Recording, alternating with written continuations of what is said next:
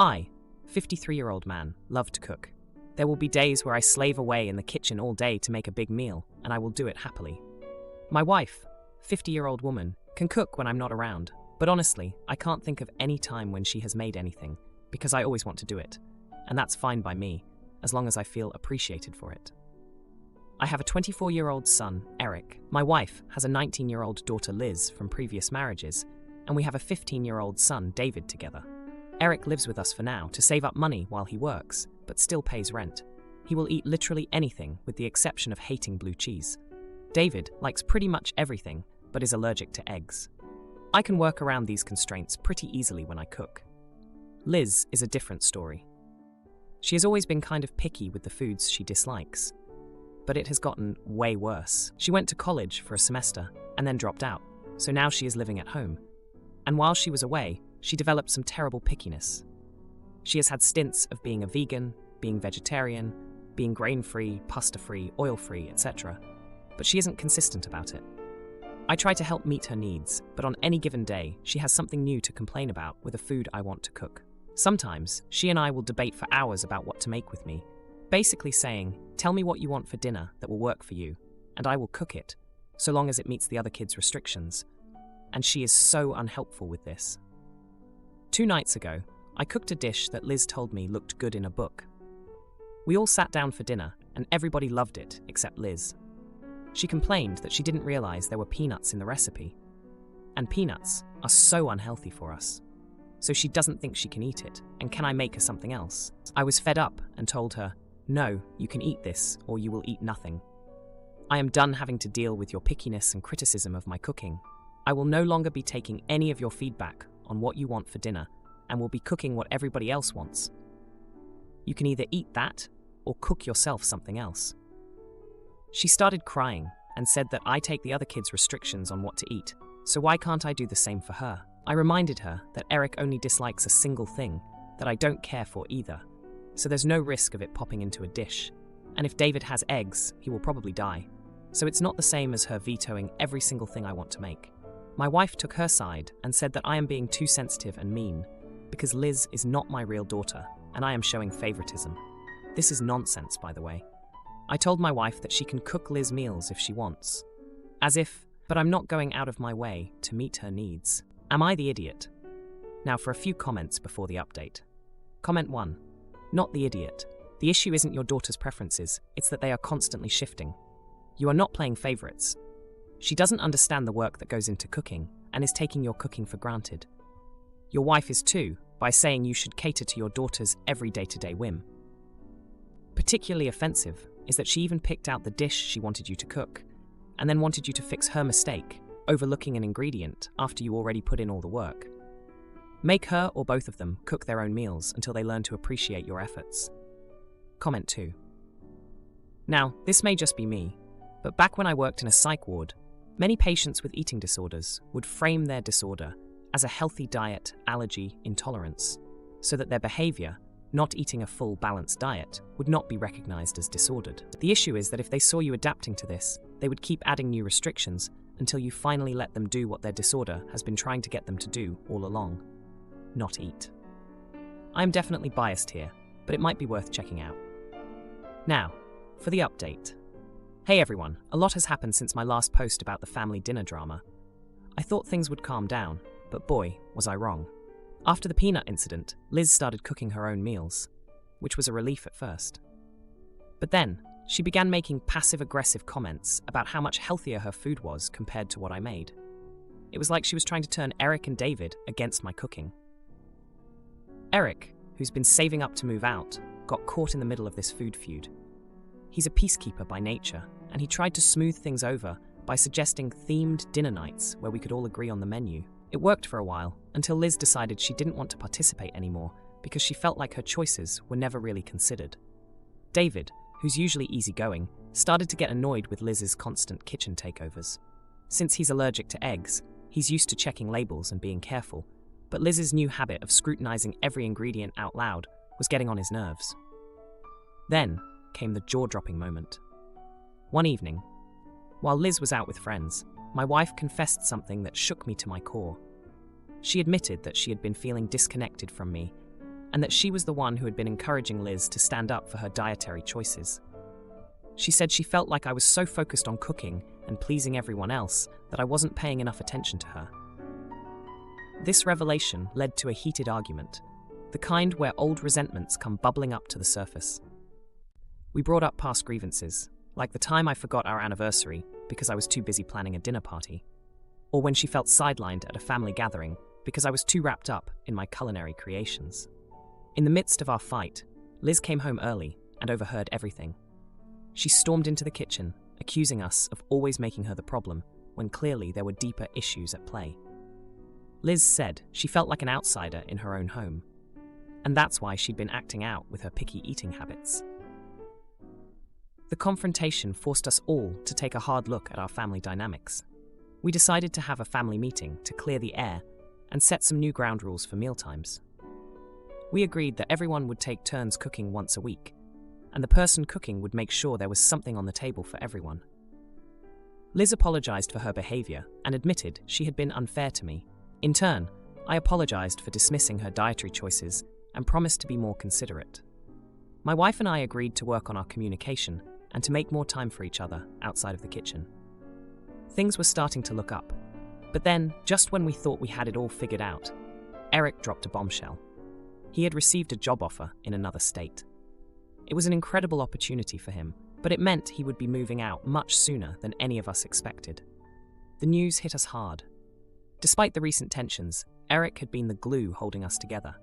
His departure meant that our family was about to change in a big way. We were all proud of him, but the thought of him leaving created a bittersweet atmosphere in the house. As Eric started packing his things, we all pitched in to help. Liz even put together a recipe book filled with all of his favorite meals that I had cooked over the years, as a going-away present. It was a touching gesture that showed how much she had grown in just a week. The night before Eric's departure, we had a farewell dinner. I cooked all of his favorites, making sure there were no blue cheese or eggs involved, and Liz prepared a vegan dessert that was surprisingly delicious. We laughed, we reminisced, and for a moment, it felt like everything was going to be okay. Pregnant neighbor knocks on my door at 3 a.m. asking me to take care of her kids until her sister arrives. I tell her no. I, female, 26, live in a block of newly constructed apartments. Everyone moved in a year ago, so we are all becoming acquainted with our neighbors. There are several families on my floor, and we have a shared courtyard where the children play during the summer, providing an opportunity for conversation. In the past, we have helped each other out with things like formula milk and items for children. Mainly, I have been the one providing assistance. However, I try not to form close friendships. I have 2 children of my own, a 2-year-old and an 11-month-old. Currently, I am taking care of them on my own, as my husband has gone away for a few days to spend time with his family and friends. There is a group chat among the mothers in the building, where they arrange child swapping and babysitting for a few hours at a time. I mostly observe the conversations without participating because I am not comfortable with it, especially since my children cannot communicate properly yet. Last night, around 3 a.m., there was a knock on my door. My children and I were fast asleep. Initially, I tried to ignore it for a few reasons. I was alone at home, I wasn't expecting company, and it was 3 a.m. However, the knocking persisted, and my children started to wake up. Eventually, I looked through the peephole and saw that it was my neighbor. I opened the door and saw that it was her, accompanied by her boyfriend and 2 children. She was 9 months pregnant and clearly in labor, as they had their hospital bags with them. They asked if I could take care of their kids until her sister arrived in an hour. I apologized, but declined their request. I did not want to be responsible if anything were to happen to her children under my care. And I also did not want to risk waking up my own children. I believe that situations like these should be planned in advance and not rely on randomly knocking on doors in the hopes that someone will take in your children. Besides, I already have my hands full with my own 2 children, and I cannot handle 2 more running around my house at 3 in the morning. The neighbor and her boyfriend called me evil and rude. The boyfriend even criticized me, asking what kind of mother watches another person struggle. I feel like if my husband were here, he wouldn't speak to me in that way. Am I the jerk? Edit. It seems that there are a lot of entitled people here, or parents who think it's normal to relentlessly knock on a stranger's door at 3 a.m. to dump their kids on them. Edit 2. I think people are forgetting how 1-year-olds typically behave. They are usually very attached to their primary caregiver, and I'm sure that watching their parents leave them with me, someone they don't know, would have left them inconsolable. Having all 4 children awake at 3 a.m. and waking up my own 2 kids sounds like a nightmare. Edit 3. I just spoke to another neighbor who took them in, and she informed me that the sister didn't arrive until 8 a.m. Additionally, the kids were awake the entire time and woke up her children, causing a mess in her home. Now, for a few comments before the update. Comment 1. Not the idiot. I feel like this is something you need to plan ahead and not start knocking on doors, hoping someone takes your kids in. I've already got my hands full with my 2. There's no way I'm having another 2 running around my house at 3 in the morning. Agreed. You're on your own. There's a mom group chat of the moms in the building who swap kids around and babysit each other's kids for a few hours, and they rotate. They should have planned ahead with people in that group who are familiar with their kids. Comment 2. The idea of leaving your kids in the middle of the night with a neighbor you barely know for a prolonged amount of time without having pre-arranged or even warned them of the situation is mind-boggling. They had 9 months to plan and left their kids' safety and well-being until the literal last minute. Not the idiot. They are the kind of people to then announce it's all too difficult with a newborn. So now you need to keep the others for a fortnight. Now, for the update. Hey everyone, thanks for all the comments on my last post. It's been a wild week, and I've got quite the update for you all. After the whole 3 a.m. incident, things got pretty tense in our building. The neighbor who ended up taking in the kids from the labor emergency was pretty frazzled. She told me the kids were a handful, and her place was turned upside down. I felt bad for her, but I was also relieved I stuck to my decision. Now, here's where things get interesting. My husband came back from his trip, and I filled him in on the drama. He was supportive of my choice, but suggested maybe we could do something to smooth things over. We decided to bake some cookies and take them over to the neighbor who helped out as a thank you for stepping up. When we knocked on her door, the atmosphere was tense. She accepted the cookies, but then, out of nowhere, she started venting about how the other neighbors were gossiping about me, saying I was heartless for not helping out. I was shocked. I mean, I knew people were upset, but gossip? That stung. But here's the jaw-dropping moment. While we were there, the couple with the newborn came over to apologize. They admitted they were out of line and stressed out. They even brought a little gift for my kids as a peace offering. I was taken aback, but I appreciated the gesture. It was a surprising turn of events, and it felt like maybe we could all move past this. Now for the steamy part, remember the boyfriend who called me evil? Turns out, he's been having some issues with the new mom. They had a huge public argument in the courtyard, and everyone could hear them. It was about how he felt neglected since the baby came. I couldn't believe he was making it all about him. The new mom was in tears, and it was just a mess. But then, my neighbor, the one who took in the kids, stepped in. She's always been the peacemaker, and she somehow managed to calm them both down. It was impressive to watch. She's got this way of talking to people that just diffuses the tension. In the midst of all this, my 2-year-old has been going through a clingy phase, which has been tough. But seeing the community come together in the aftermath of the argument made me realize how much support we actually have around us. It's not just about borrowing formula or watching each other's kids. It's about being there for each other during the tough times too. And speaking of support, my husband has been amazing. He's been taking the kids out to the park to give me some downtime, and it's been a huge help. He's also been talking to the other dads in the building, and they're planning a little courtyard barbecue for everyone to get to know each other better. So, despite the initial drama, it feels like the community is growing stronger. People are talking more, and there's a sense of understanding that wasn't there before. As for me, I'm still cautious about who I let watch my kids, but I'm starting to feel more comfortable with the idea of maybe joining in on the babysitting group chat. I've been chatting with some of the moms, and they've been really welcoming. It's nice to feel like part of the community. Oh, and the neighbor who took in the kids. She started organizing a weekly playdate in the courtyard for all the kids, and it's been a hit. It's giving the parents a chance to relax and chat while the kids play. It's been a great way for us all to bond. Rich boy dad makes me work at his company at 14, and I take over at 29. But then my friend Kim and I start cooking and dating. Now he's stressed and sick from his job, so I tell him to quit and do more housework. My sister hates that I spend too much on Kim's B-Day gift. We argue, but then she tells me, so I, 30-year-old male, come from a well-off family, but my dad always taught me to work hard and have class. When I was 14, I started working at my dad's company part-time to earn my allowance. And when I turned 16, I became a real part-time employee. My dad decided to retire when I was 29 and handed the business to me. Back in my second year of university, I met Kim, 20-year-old male at the time. 29-year-old male now. We were in the same course and ended up in the same group for a group project near the beginning of the year. We had a similar sense of humor and clicked as friends quickly. One day he mentioned he loves to cook, and I told him we should cook together because I love to cook too.